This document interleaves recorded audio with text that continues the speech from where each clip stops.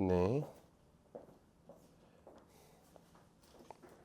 안녕하십니까, 최무결입니다. 일단 오늘은 이게 지난번에 월요일 최무결에서 제가 이제 그 우동대님 가격 정책에 대한 부분들을 얘기하면서 가성비라는 이야기를 좀 했는데, 이거 관련한 이야기를 좀 할까 해서 영상을 켰습니다.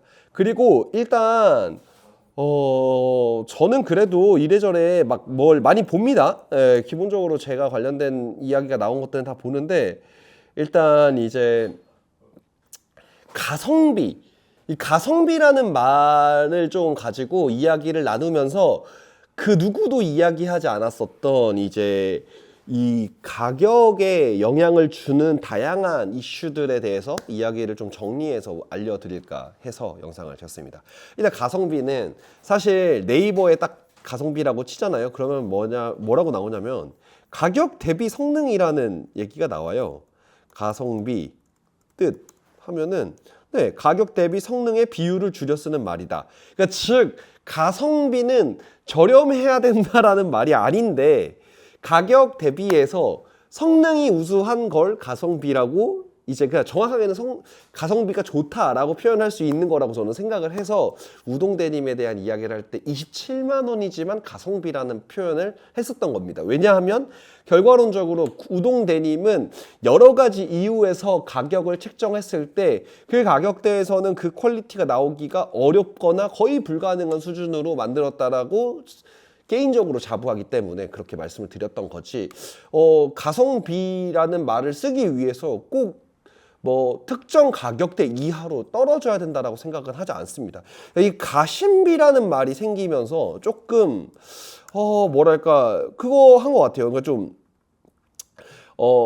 뭐랄까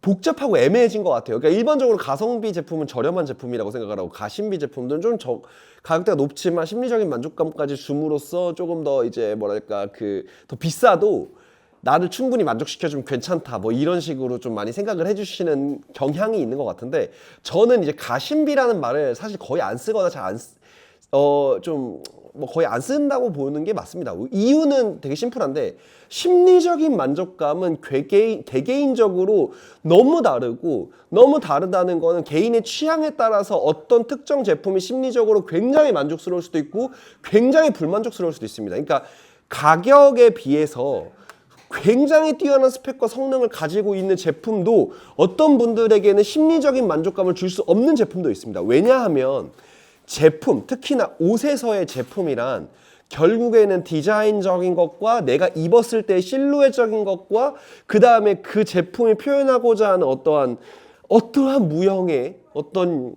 그런 가치들마저도 나를 만족시켜 줘야지, 그래야지 심리적인 만족감을 이끌어낼 수 있다라고 생각을 하거든요. 가령 예를 들어서 우리가 이제 좀 뭐 요즘은 좀 덜한 것 같은데, 뜨거운 감자로 얘기할 수 있는 포터리 같은 브랜드를 얘기 한번 해보자고요. 포터리 같은 브랜드는 굉장히 괜찮은 원단을 나쁘지 않은 가격대에 소개를 하고 있습니다. 제가 요즘도 포터리가 진짜 가성비가 좋다, 진짜 대단한 옷이다 이렇게 말씀드리기에는 요즘 포터리 소비를 안 했을 뿐만 아니라 한동안 봉제 퀄리티나 이런 것들에 대한 분명한 이슈도 있었던 브랜드이기 때문에 그냥 단편적으로 말하기 좀 어렵지만, 그 디자인이 굉장히 밋밋하거나 좀 약간 뭐랄까 너무 심플해서 단조로워서 제품의 퀄리티와 그런 거랑은 비교할 게 아니라 제품의 퀄리티와 이런 거랑은 별개로 그 제품의 만족도가, 심리적인 만족도가 되게 낮을 수 있습니다. 반대로 나는 조금 더 직장 생활을 하거나 직장 생활을 하는데 조금 더 영하게 입을 수 있는 그런 직장 생활을 하고 있어서 남들 다 입는 옷은 입기 싫고, 그렇다고 해서 너무 독특하거나 튀는 옷을 입고 싶지도 않고, 포터리 정도의 브랜드 밸류를 가지고 있는 제품을 그냥 가지고 입음으로써 내가 남들하고 조금은 차별화됐지만 그 안에서 너무 독특한 사람이 되지 않는 그 정도의 어떤 만족감을 주는 것만으로 나한테 충분히 심리적인 만족감을 준다라고 하시는 분들에게 포터리는 더할 나위 없이 가심비 제품이 될 수도 있습니다. 그러니까 특정 제품이 가심비다라고 말하는 건 저는 되게 위험한 발언이라고 생각을 해요. 솔직하게 말하면 제가 이 업을 하는 사람일수록 더. 왜냐하면은 이 제품은 저는 정말 정성스럽게 만들었지만 이게 모두의 심리적인 만족감을 도출해낼 수 있다라고 말할 수는 없으니까요. 왜냐하면은 그런 옷이 세상에 존재하겠습니까? 그리고 그런 옷이 존재하는 순간부터 더 이상 많은 사람들의 심리를 만족시킬 수가 없을걸요? 왜냐하면은 패션이라는 어떤 특정한 이 씬 자체가 결국에는 나와 타인을 구분짓고 조금 나를 표현하는 데에 집중되는 어떤 씬이다 보니까 이거를 내가 입는 옷을 모두가 다 똑같이 입고 다니는 게 어느 시점에서는 만족감을 줄 수 있지만 어떤 시점이 지나가고 나면은 너무 다 있기 때문에 나한테 만족감을 주지 않을 텐데요. 그러면은 가심비라는 말을 내가 만든 옷이 가심비가 좋다라고 하는 이 말을 하는 게 과연 제작자로서 뭐랄까 모르겠습니다. 조금 위험한 발언이라고 생각을 합니다. 개인적으로는. 가성비가 좋다는 말은 100번, 1000번 할 수 있다고 생각을 해요. 왜냐하면 가성비가 좋은 거는 가격과 성능이라고 하는 정말 우리가 좀 규정할 수 있는 것들이잖아요. 물론 성능에도 이제 디자인과 이런 영역들, 그러니까 조금 무형의 영역들이 같이 있다라고 말씀하시는 분들도 계실 수 있는데 저는 이제 가성비라는 단어를 쓸 때 보통 일반적으로 그 제품에 들어간 원단과 자재와 완성도와 뭐 균형감 이 정도까지를 보통 그 제품의 성능과 스펙이라고 좀 생각을 하고 있어서 그런 관점으로 봤을 때 가성비라는 말은 조금 편하게 쓸 수 있지만 가심비라는 말은 제가 편하게 쓸 수 있는 말은 절대 아니라고 생각을 합니다. 그래서 우동 데님을 표현할 때도 가심비라고 말씀을 드리지 않고 가성비라고 말씀을 드리는 겁니다. 네. 그래서 어쨌든 이런 이야기를 하는데 이제 가성비라는 이야기를 하면서 이제 그 가격을 책정하는 방식과 여러 가지 것들, 가격에 영향을 주는 여러 가지 것들에 대한 이야기를 좀 확장해서 해볼 생각입니다. 일단은 우리가 가격 책정을 할 때 일반적으로 제품의 스펙을 결정짓게 되는 자재와 부자재, 원부 자재와 공임에 대한 그런 가격이 당연히 녹아나겠죠. 이게 보통 우리가 생산 단가라고 하는 단가가 될 것인데 제가 그래서 그 얘기를 하기 위해서 제 알든을 가져왔습니다. 제 알든. 이 알든을 가져온 이유는 이 알든만큼 이제 가격에 대한 이슈가 최근에 많았던 제품이 있을까라고 생각이 들 정도로 이 알든의 가격대가 상당히 많이 상승을 했죠. 상승을 했는데 아직도 그래도 판매가 좋은 걸로 알고 있습니다. 근데 이제 이걸 왜 갖고 왔냐면은 코도반이라는 가죽은 아시다시피 굉장히 비싼 가죽입니다. 고급 가죽이죠. 말 가죽 중에서도 말 엉덩이 가죽이면서 말 엉덩이 가죽 중에서도 이 코도반이라고 하는 이제 광이 올라오는 특정 층을 가지고 있는 말 한 마리를 잡아서 요 정도밖에 안 나오는 굉장히 희소한 가죽이고요. 이 가죽이 가지고 있는 특징 중에 하나인 굉장히 좀 반짝반짝하게 고급스럽게 은은하게 올라오는 광택감과 이 쫄깃쫄깃한 이런 느낌들, 그 다음에 좀 어느 정도의 무게감, 이런 것들이 이 코도반 가죽이 가죽 중에서도 진짜 좋은 가죽이다라고 표현하는 이유들인데 그 중에서도 알든은 이제 호인사의 코도반을 사용을 합니다. 이 코도반 가죽의 퀄리티가 좋고 안 좋고를 떠나서 일단 말고기를 먹는 사람의 수도 적고 여러 가지로 말 가죽 자체가 희소한 가죽인데 그 중에서도 그 특정 가죽만을 코도반이라고 칭하기 때문에 그래서 어쨌든 특정 가죽을 특별한 방식으로 코도반 방식으로 이제 가공을 해서 나오는 게 코도반 가죽인데 이 가죽을 그러면 이 가죽으로 된 신발을 가장 저렴하게 사는 방법이 무엇이냐라고 했을 때 제가 예전에는 알든을 사는 거라고 말씀을 드렸었어요. 물론 이제 이탈리아의 로카도 같은 코도반 이제 하는 데도 있고 일본에도 신키 코도반도 굉장히 유명한 코도반인데 이제 그런 조금 코도반들 말고 이제 호인사 코도반이 너무 이제 대명사처럼 대변이 되니까 이 코도반 가죽을 가장 저렴하게 신발로 살 수 있는 방법은 알든을 구매하는 거였습니다. 그만큼 코도반 가죽으로 신발을 만드는 것 자체가 굉장히 좀 고가의 영역이거든요. 그런 점에서 봤을 때 알든은 사실 비쌀 만하죠. 비쌀 만한데 근데 이게 생산 단가가 그러면은 150만 원, 지금 150만 원 정도 하는 걸로 알고 있거든요. 그럼 150만 원에 준하는 생산 단가를 가지고 있느냐, 아니면 그거에 맞는 퀄리티를 가지고 있느냐, 저한테 이렇게 다시 되물어 본다고 하면은 사실 그것도 또 아니긴 합니다. 그러니까 이제 알든을 특히나 요즘 물음표가 많이 드는 것 중에 하나가 알든은 미국스러운 어떤 특유의 러프한 느낌을 가지고 있는 신발이고 마감 퀄리티나 이제 이런 자질구레한 퀄리티들이 분명히 이슈가 있는 브랜드입니다. 그러니까 150만 원에서 200만 원 선에 있는 다양한 기성화 브랜드들 중에서 알든이 빼어나게 뛰어난 퀄리티를 가지고 있냐? 그런 건 아닙니다. 네, 그리고 사실 그것보다 조금 그레이드를 낮추어서 뭐 이제 크로켓앤존슨이나 그러니까 그레이드를 낮춘다는 게 단순히 그 브랜드의 그레이드를 낮춘 게 아니라 가격적인 그레이드를 낮춰서 100만 원 초반에서 100만 원 밑으로 구매하실 수 있는 신발들 중에서 뭐 크로켓앤존슨 같은 브랜드들도 알든보다 더 잘 만들면 더 잘 만들었지 결코 더 못 만들진 않습니다. 퀄리티 자체만 놓고 보면. 근데 이 알든이 왜 150만 원이 돼도 판매가 될까?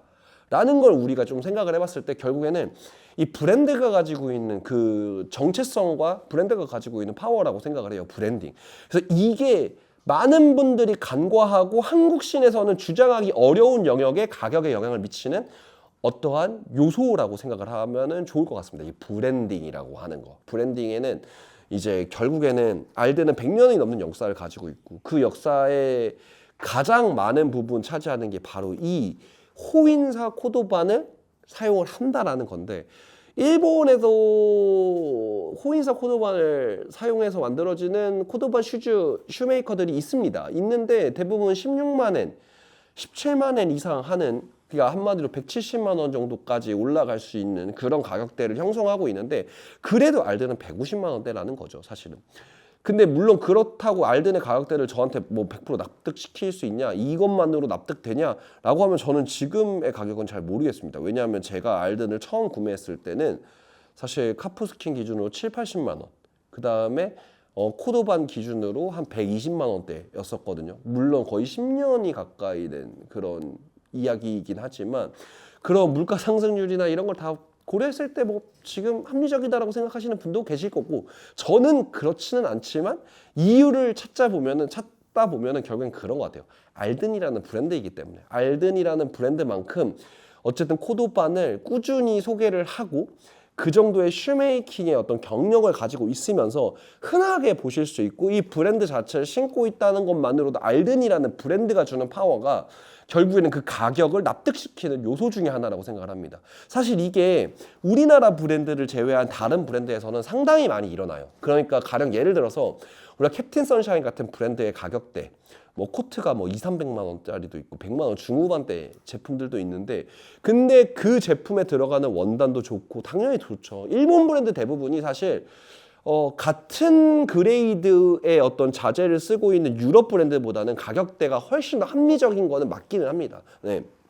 그렇지만 그럼에도 불구하고 우리나라에서 요즘 일본 원단들 정말 적극적으로 많이 쓰잖아요. 그러면은 이렇게 되물어볼 수 있어요. 우리나라의 어떤 좋은 브랜드들 중에서 좋은 자재를 쓰는 거의 일본 브랜드에 준하는 퀄리티를 만드는 브랜드 중에서 일본 브랜드만큼 가격을 받는 브랜드가 있나라고 돌아봤을 때 그렇지도 않다라고 말씀을 드릴 수가 있을 것 같아요. 근데 그 이유는 결국에 일본의 어떤 유수의 브랜드들은 그만큼 오랫동안 아카이빙을 쌓아왔고 그리고 그 기간 동안 자기의 브랜드가 어떤 브랜드인지를 충분히 소비자분들에게 설명을 했고 그 과정에서 우리가 무형으로 치는 이 감도라고 얘기를 하잖아요. 감도.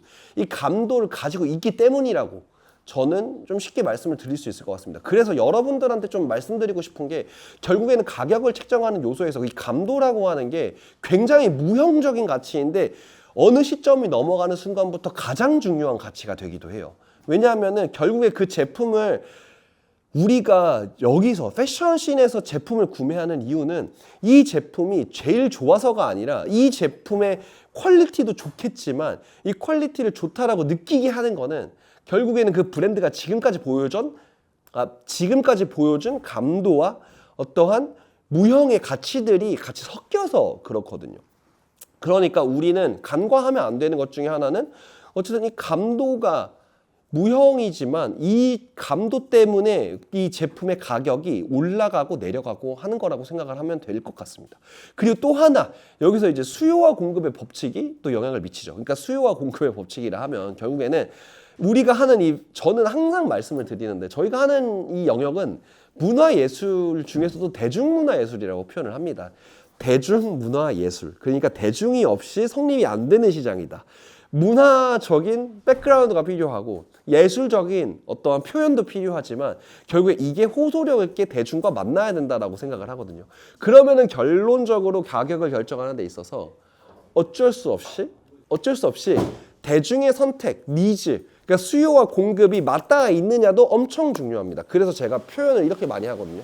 시장에서 가격의 합의가 이루어졌냐 안 이루어졌냐. 그러니까 내가 표시를 할 수 있어요. 가격을. 우리 브랜드의 감도는 우리 브랜드는 20년 동안 이런 브랜딩을 해왔고 이렇기 때문에 뭐 이 코트는 뭐 생산 단가가 얼마지만 가격은 뭐 200만 원을 받아야 돼라고 결정할 수는 있습니다. 다만 이게 시장에서의 합의가 이루어졌냐는 별개의 문제입니다. 대중이 그 감도를 충분히 이해하고 그 디렉터의 행보를 응원하면서 그 제품이 표현하고자 하는 바를 충분히 즐길 수 있는 사람들이 그 수요만큼 있다라고 하면 아마 그 가격이 계속 형성이 되겠지만 그게 아니라면 어쩔 수 없이 가격이 떨어지든 생산량을 줄이든 어떠한 지점에서 만나는 어떤 노력들을 하게 되거든요. 모든 브랜드들은. 그 과정을 통해서도 가격이 결정나게 됩니다. 그러니까 가령 예를 들어서 재고가 항상 남아요. 남아가지고 시즌 오프를 계속 때린다. 할인을 계속 할 수밖에 없는 구조로 간다. 라고 했을 때 그때가 되면은 아마 그 회사는 둘 중에 하나를 선택을 하게 됩니다. 생산량을 줄여서 우리는 사실 이윤이 이 정도만 남아도 회사가 운영되는데 크게 문제가 없으니 생산량을 줄여서 소비자들과 정가에 판매할 수 있는 어떤 그런 지점들을 좀 합의를 본다. 라고 생각을 할 수도 있고 또 반대로 우리가 할인을 때렸지만 그럼에도 불구하고 총 파이에서 우리가 어느 정도 지점까지는 우리가 올라갈 수 있는 제품이라고 생각하기 때문에 이렇게 해서 어느 정도 일정 수요 이상을 계속 잡아야 된다라고 해서 생산량과 그 다음에 나중에 할인할 것까지 생각해서 가격 책정을 할 수도 있습니다.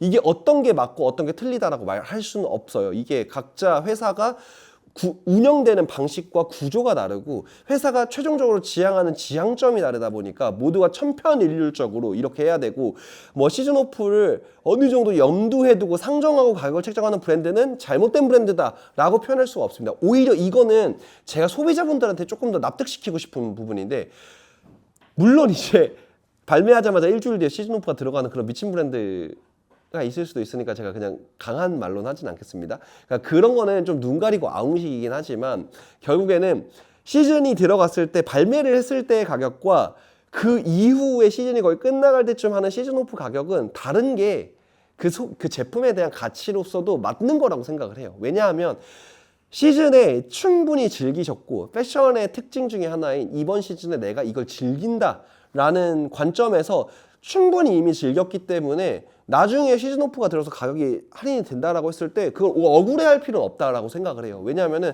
나는 이미 미리 사서 조금 더 비싸게 주고 샀지만 이미 충분히 많이 즐겼으니까. 그러니까 아마 시즌 오프 정상적인 시즌 오프가 들어갈 때 그 제품은 길어봐야 한 1, 2주 입고 다시 넣어놨다가 다시 꺼내 입어야 되는 그런 옷이 되거든요. 그래서 보통 저는 시즌 오프가 들어가는 기간에 구매하시는 제품들에 대해서는 저희가 오프라인에서 말씀을 진짜 많이 드리는데 한번 진짜 숙고하셔라 라고. 왜냐하면 이번 시즌에 내가 너무 입고 싶었는데 여러 가지 사정상 내가 구매를 안 했는데 이거 안 구매하고 넘어가면 다음 시즌 돼서도 진짜 후회할 것 같다 하시는 분들만 구매하시라고 말씀을 드려요. 다만 이런 얘기를 드리는 건 결국에는 어쨌든 시장의 수요와 공급에 맞춰서 시즌 오프까지 상정하고 가는 브랜드도 있고 그렇지 않은 브랜드도 있지만 그 과정을 조금 영점 조준을 하면서 결국에는 그 브랜드의 가격이 결정나게 됩니다. 알든이 가격을 계속 올릴 수 있는 이유는 결국에는 계속 올려도 계속 판매가 되기 때문입니다. 시장에서 합의가 되기 때문이에요. 그리고 그 합의가 되는 이유는 결국에는 우리가 대중문화예술이라고 했죠. 대중들은 알든을 150만 원에 선택을 하십니다. 근데 그 문화적 백그라운드, 결국엔 이 브랜드가 가지고 있는 그 100년의 역사, 그 다음에 이제 예술, 이 브랜드가 가지고 있는 어떠한 표현들, 아마 지금은 이 브랜드를 신으시는 많은 분들이 캐주얼하게도 입고 조금 포멀하게도 입으면서도 다양하게 입으실 수 있는 그런 신발들 중에서 좀 많은 분들이 이미 인지도적으로 알고 있고, 그리고 또한 스타일링적으로도 되게 범용성이 넓으면서도 고가 슈즈라는 어떠한 인식에 탁 박혀있는 그런 여러 가지 것들이 어떤 시장에서 접점을 만났기 때문에, 합의점을 만났기 때문에 이게 150만 원이 돼도 계속 판매가 되는 거라고 생각해 주시면 될 것 같아요. 그리고 이제 우리가 또 가격을 결정하는 요소 중에서 좀 이런 것도 있어라고 하는데 저는 많이 표현하는 것 중에 하나가 그 제품에 대한 접근성입니다. 접근성인데 그러니까 이제 내가 이 제품을 구매해야지라고 했을 때 엄청 쉽게 구매할 수 있고 엄청 여기저기에 다 있는 제품일수록 그걸 그렇게 만들기 위해서 회사 차원의 다양한 노력들이 들어가게 됩니다. 그러니까 단순히 마케팅을 많이 한다, 마케팅으로 되게 막 조진다 이런 표현이 아닙니다. 가령 예를 들어서 뭐 이 제품을 입어보고 싶은데 딱히 어디서 입어봐야 될지 모르겠는데 뭐 검색해 보니까 되게 근처에 다 있네. 라고 느껴지는 오프라인 숍을 하나씩 더 늘려나가는 것, 이 행위도 결국에는 지금 오프라인 숍을 늘리는 게 솔직하게 그냥 회사적인 입장으로 말씀드리면은 그렇게 크게 의미가 없습니다. 왜냐하면은 오프라인의 효율은 절대 온라인의 효율을 따라올 수가 없고, 그리고 오프라인이 가지고 있는 메리트는 결국에는 이제 직접 입어볼 수 있다라는 소비자적 메리트가 있을 뿐이지 이제 공급자적 메리트에서는 사실 크지 않다라고 표현할 정도로 사실 오프라인이 어떻게 돼야 되나라는 거를 고민하게 되는 최근인 것 같아요. 그만큼 온라인이랑 배송 시스템이 너무나 잘 발달한 현실이죠, 사실은. 그러다 보니까 오프라인을 늘려가면서 소비자 서비스들을 계속 늘려나가는 샵들이나 혹은 브랜드들은 그만큼 수반되는 어떤 그런 매몰 비용들이 계속 발생을 하게 되거든요. 근데 그것 또한 그런 결정을 하는 이유 중에 하나는 덩치를 키우는 것도 있겠지만 결과적으로는 소비자 서비스적인 차원이 더 큽니다. 그래가지고 포털이 얘기가 자꾸 나오게 되는데, 포털이만큼 제가 막 이런 하객룩을 혹은 결혼식 때문에 옷을 사야 되는데, 그러니까 제가 이제 제 결혼식 말고 남의 결혼식, 내 갈 때 하객룩으로 입을 옷들을 사야 되는데 깔끔하게 입을 수 있는 셋업, 정장, 수트 이런 거 추천해달라고 했을 때 진짜 포털이 얘기를 진짜 많이 하거든요. 근데 그 이유는 심플합니다. 어디에서도 생각보다 쉽게 접할 수가 있어요. 지방에도 어쨌든 백화점 단위로 몇 개 들어가 있는 걸로 알고 있고, 어쨌든 입어보고 구매하시기가 너무 쉽잖아요, 사실. 근데 물론 막 내셔널 브랜드급으로 막 엄청 쉽다라고 말하기는 좀 어렵지만 어쨌든 쉬운데 그 중에서 가격대도 조금 나쁘지 않고 브랜딩도 나름 되게 잘 되어 있고 동시에 어쨌든 그런 정갈한 스타일들을 계속 하고 있기 때문에 포털이 얘기를 진짜 많이 하거든요. 근데 저한테 돌아서서 생각했을 때 포털이를 대체할 만한 브랜드들, 그런 수트나 셋업 이런 거 가볍게 입을 수 있는 셋업 자켓들을 하는 브랜드 중에서 포털이를 대체할 브랜드들, 물론 저는 이런 표현을 많이 합니다. 스테디 에브리의 SEW 라인 너무 좋죠. 하지만 그걸 직접 입어보시려면 연남동을 오셔야 됩니다. 네. 그리고 그런 것들 때문에 조금 불편하다라고 느끼시는 분들도 계실 거예요, 분명히. 그리고 남들 다 입는 옷은 입기 싫기 때문에 저한테 여쭤보시는 거기 때문에 기본적으로 그런 브랜드들만 나오는 건데, 어쨌든 스테디 에브리 SEW도 있고, 그리고 부기 홀리데이에서도 면 셋업류들이 계속 나오고 있고, 그 외에도 사실 브랜드들이 진짜 많기는 하거든요. 많은데도 불구하고 포털이를 얘기해드리는 건 그만큼 접근성이 좋으면서도 가격 대비해서 퀄리티가 나쁘지 않은 브랜드들이 그렇게 많지는 않는 것 같습니다. 물론 이제 이 씬에서 디깅 하시는 거 좋아하시고 막 찾아내서 막 그 찾는 과정까지도 즐기시는 분들에게는 더 합리적인 소비할 수 있는 그런 여러 가지 브랜드들이 있겠지만, 결국에 브랜드들이나 저희 공급자들이 이제 서비스적인 차원에서 샵을 늘리고 규모를 키워가면서 여러 가지 이제 접근성을 조금 더 소비자와 가깝게 하려고 하는 모든 것에는 매몰 비용이 발생을 하고, 그게 결정적으로 어쩔 수 없이 제품 가격대에 녹아들 수밖에 없습니다. 이 모든 게 단순 제품의 생산 단가 말고 그냥 회계상으로 판관비라고 보통 얘기하는 이 많은 거에 녹아 들어가는 어떠한 것입니다. 왜냐하면 의류 브랜드는 수익을 다각화하지 않습니다. 다각화한다라는 건 이제 무신사 얘기를 좀 해볼게요. 무신사는 의류를 판매하는 패션 플랫폼 같지만 사실 그 안에 하고 있는 정말 다양한 사업들이 있어요. 그래서 수익이 되게 다원화되어 있어요. 수수료로 의류를 판매하는 수익도 있지만 다른 수익 구조들도 굉장히 많이 가지고 있고, 어떠한 규모 이상이 되면 법인 회사가 임대 수익도 부동산의 임대 관련된 수익도 하고 금융 쪽이나 이런 여러 가지 것들을 같이 끼게 되거든요.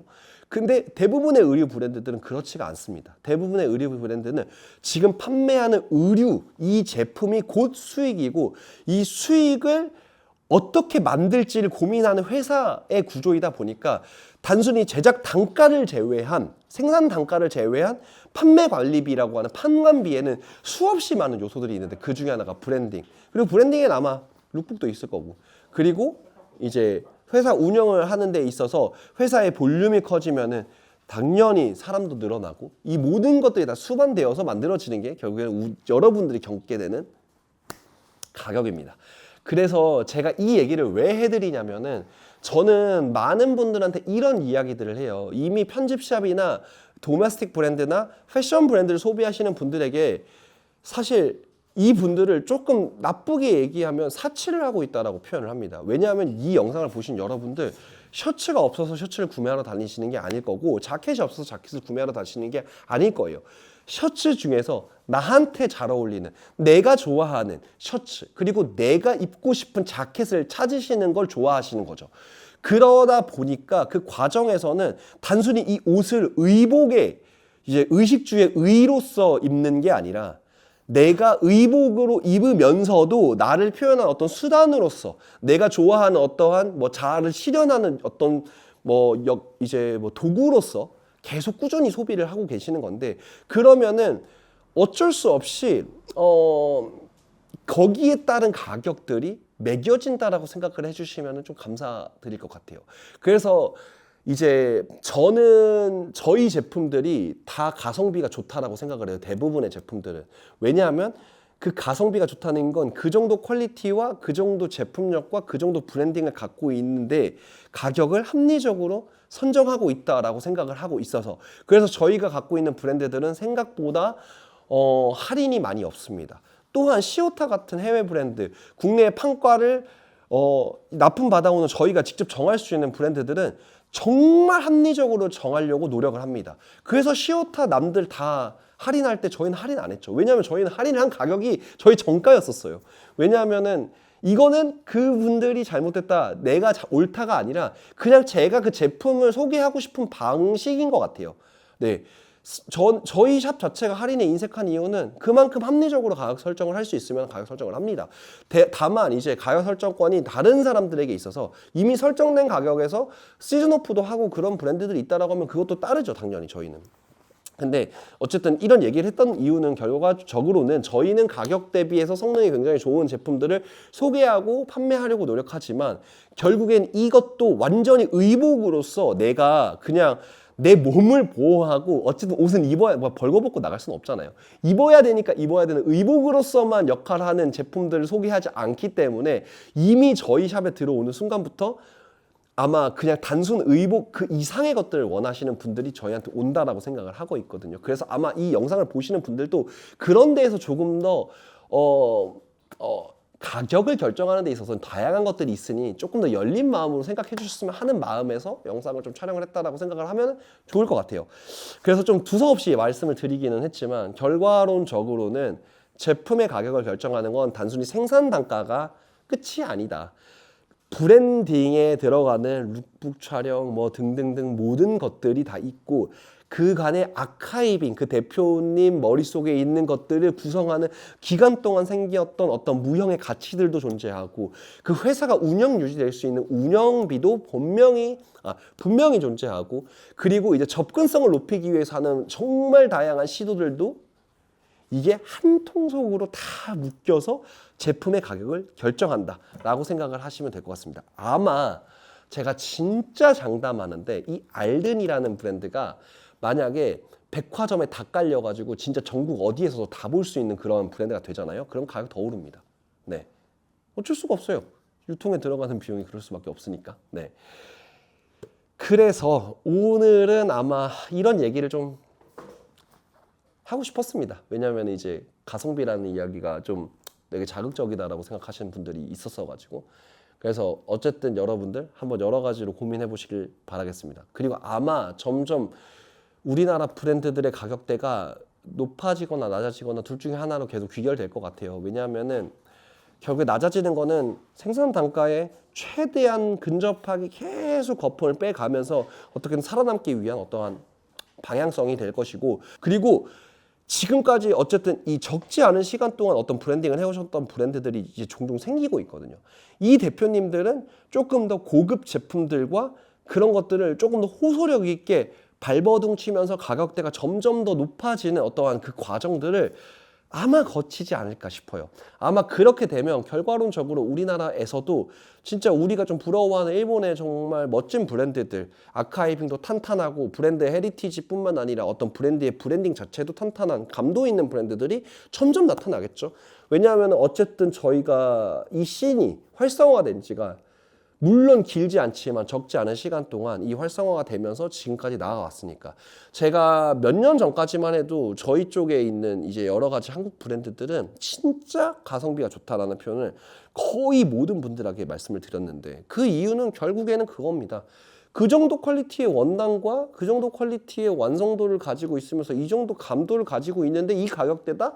라고 하는 게 조금 의아할 정도로 잘하는 브랜드들이 많았었기 때문에, 물론 이제 점점 그런 것들이 좀 무색해질 만큼 가격이 많이 오르긴 했지만 아직까지도 가성비인 브랜드들이라고 생각하는, 가성비라고 생각하는 브랜드들이 좀 존재하는 게 지금 한국신이고, 그건 아마 아직 국내에서 어떤 도메스틱 브랜드, 국내 브랜드에 대한 인식 자체가 조금 완전히 온전한 브랜드로서라기보다는 아카이빙이 부족한 지점들을 지적하면서 조금 더 무형의 어떤 가격을 결정하는 무형의 요소들을 조금 폄하하는 어떠한 풍조가 어느 정도 있기 때문이지 않을까 싶습니다. 그리고 그게 단순 소비자의 문제라기보다는 공급자 중에서도 사실 그런 걸 악용하거나 남용하거나 조금 약간 우회해서 준사기처럼 했었던 업체들이 팽배했기 때문인 것 같고, 이런 것들이 조금 계도가 되는 기간들이 지금이지 않을까 싶습니다. 그래서 여러분들 조금 더 열린 마음으로 많은 브랜드들을 접해 주셨으면 좋겠고, 가격을 결정하는데 이러한 많은 요소들이 있으니까 이 가격을 무조건적으로 색안경 끼고 보지는 않으셨으면 좋겠다라는 말씀을 좀 드리고 싶었던 게 오늘 영상의 뭐 전부라고 생각해 주시면 될 것 같고, 어쨌든 그만큼 고민이 많은 요즘 시기입니다. 네. 그래서 오늘은 일단 여기까지 영상 한번 보고 바로 올리겠습니다.